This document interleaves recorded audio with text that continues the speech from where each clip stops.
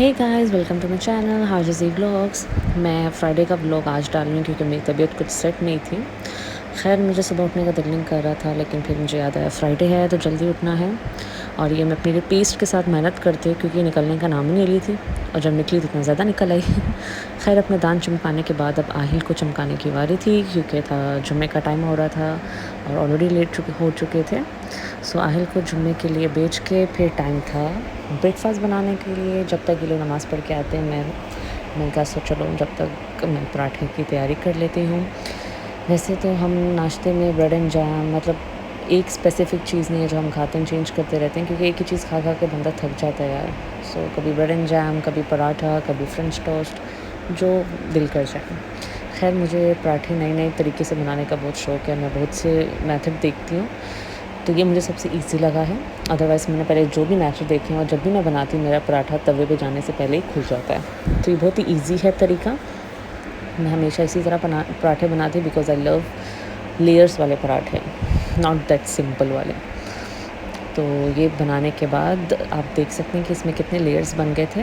खैर अभी पता नहीं चलेगा, जब बन के निकलेगा तो आपको मालूम पड़ेगा। और उम्मीद से मेरा पराठा गोल आ गया, अदरवाइज़ मेरे पराठे कभी गोल नहीं बनते। इसने मेरी लाज रख ली। ये बहुत गर्म था, अदरवाइज़ मैं आपको दिखाती इसमें कितने लेयर्स थे। खैर ब्रेकफास्ट ख़त्म करने के बाद मुझे जुम्मा पढ़ना था, ऑलरेडी बहुत लेट हो चुकी थी। जुम्मे की नमाज़ के बाद मैंने सूरह अल कहफ़ पढ़ी। इसकी बहुत ही फ़जीलत है, आप सबको पढ़नी चाहिए। इसके बाद हम लोग निकले थोड़ा बाहर। ये चाय बाज़ार करके कोई नया कैफ़ेटेरिया खुला था।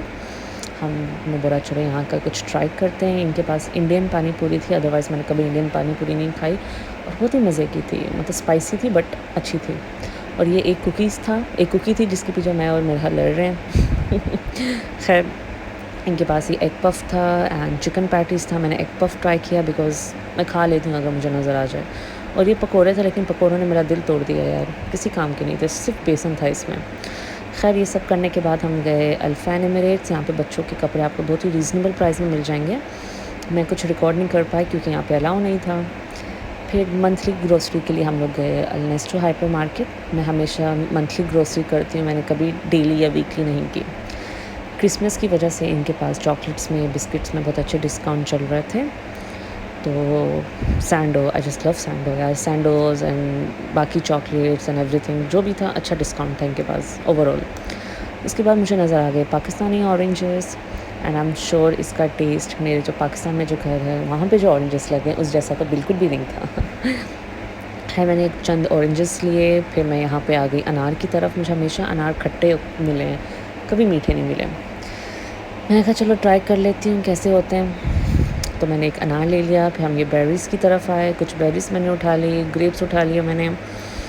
तो उसके बाद मैं गई अपनी फेवरेट सेक्शन में, और वो था ये कॉपिको। I just love कॉपिको। किस किस ने बहुत कॉपिको खाए अपने स्कूल के टाइम में। और ये चॉकलेट्स मुझे बहुत पसंद है।